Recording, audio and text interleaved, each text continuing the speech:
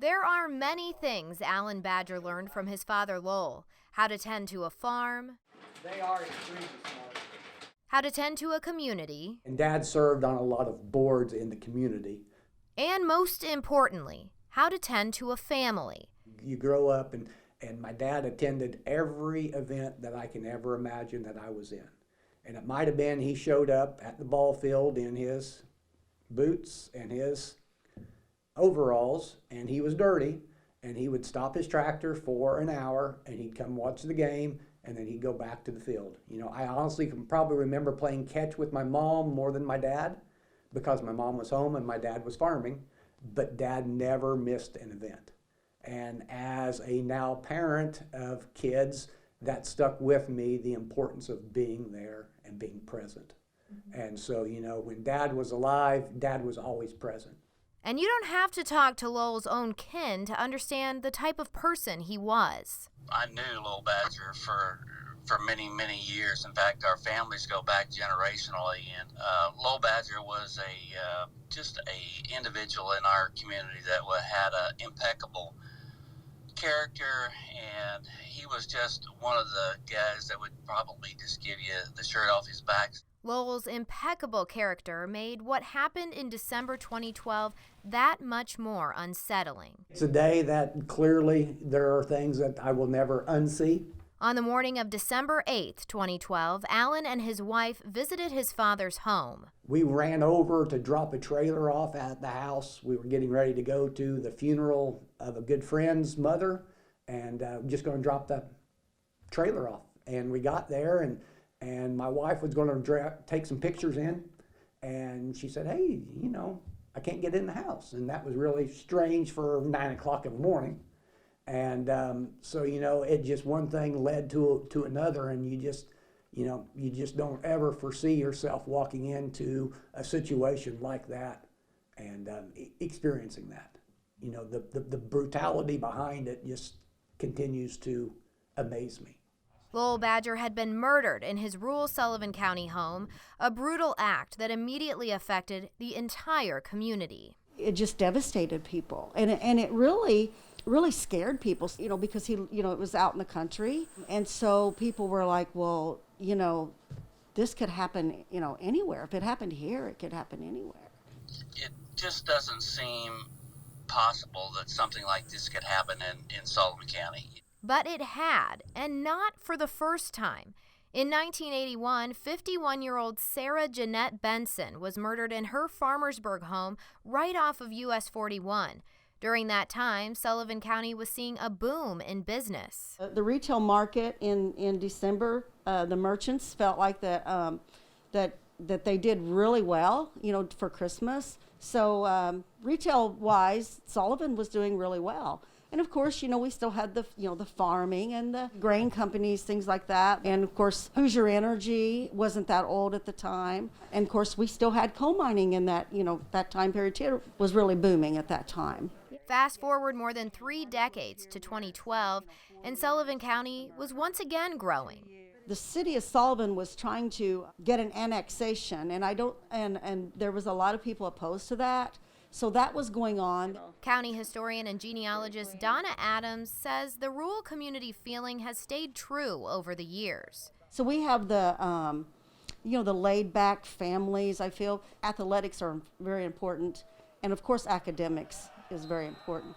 So a lot of our students are in this area, and families are all connected that way. And the community is now connected in its tragic past, with Sarah Benson's murder and then Lowell Badger's leaving their mark on the county. We're not a high crime rate like some areas, you know, but it does stain our community in a way, it does. A stain that remains as long as the murders go unsolved.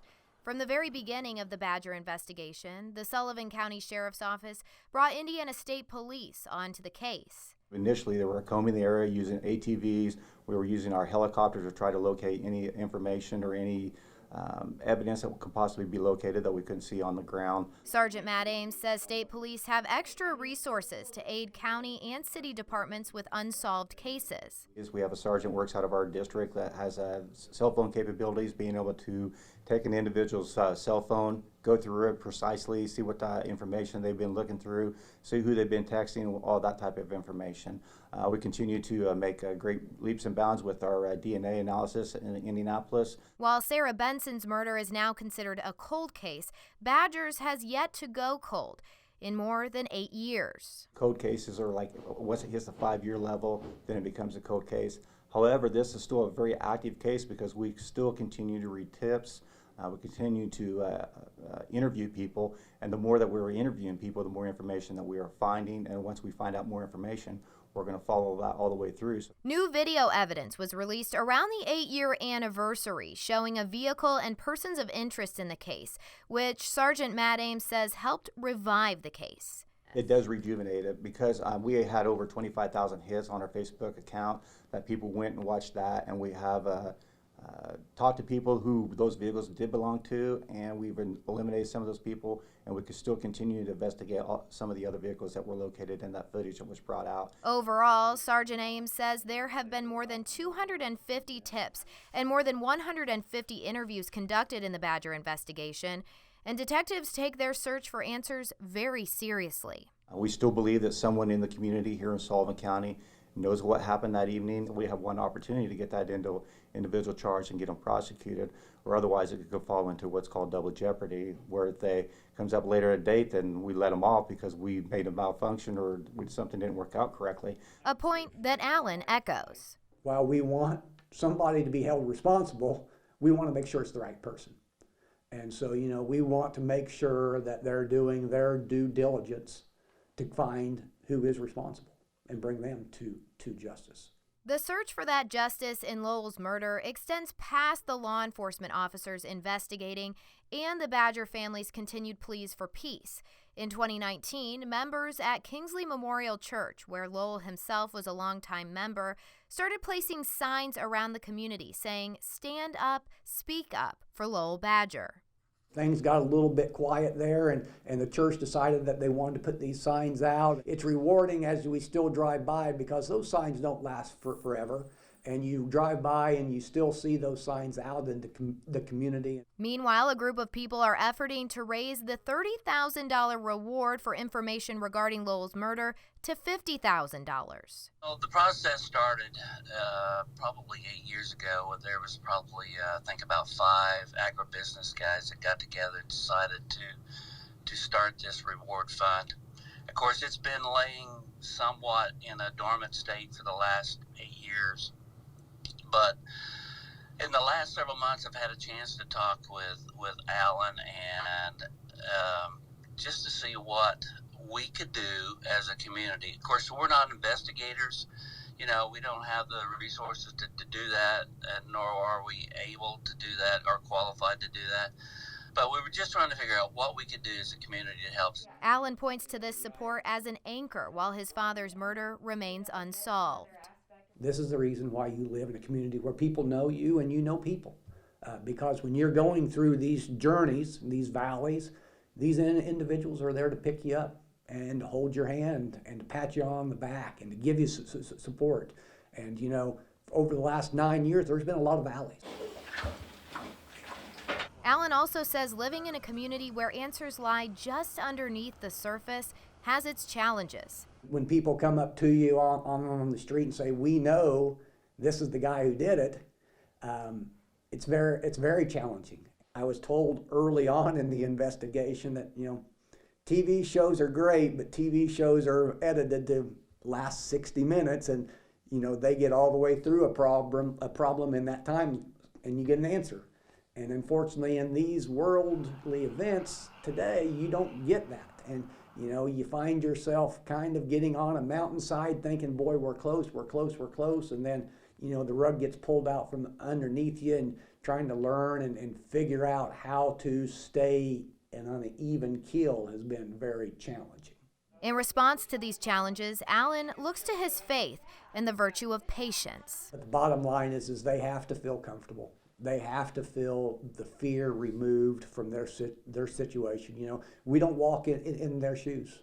And, so we've got to have the faith and the understanding that at some point in time, they will have the feeling lifted upon them or placed upon them that they need to speak out.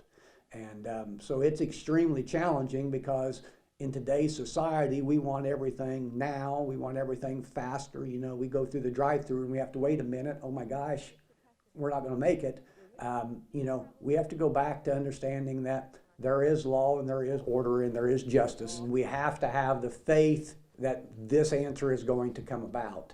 And, you know, whether it's the video that comes about, whether it's somebody finally having the courage to speak up, there's no question about there are individuals in this county that know specifically what happened. And, you know, when they have the ability and the willingness to speak out will be when this case will be solved. Whether or not closure and peace come with a solved case is something Allen says he won't know until that day comes. It's real easy to talk about closure, and until you've been, I guess, on the other side of the equation, you don't understand what that means, that word means. You know, there's a lot about that day, that night that took place that probably I want more answers to. Then you're not going to change the end result. The end result is my dad is gone. My dad's not going to come back. And, you know, my dad lived a really good life up until that point. So, you know, he would say, don't worry about me. Don't cry for me because I'm in a better place. But yet for those that are left behind, there's just so many unknown questions that would help us to be able to have a little bit of peace with what has taken place.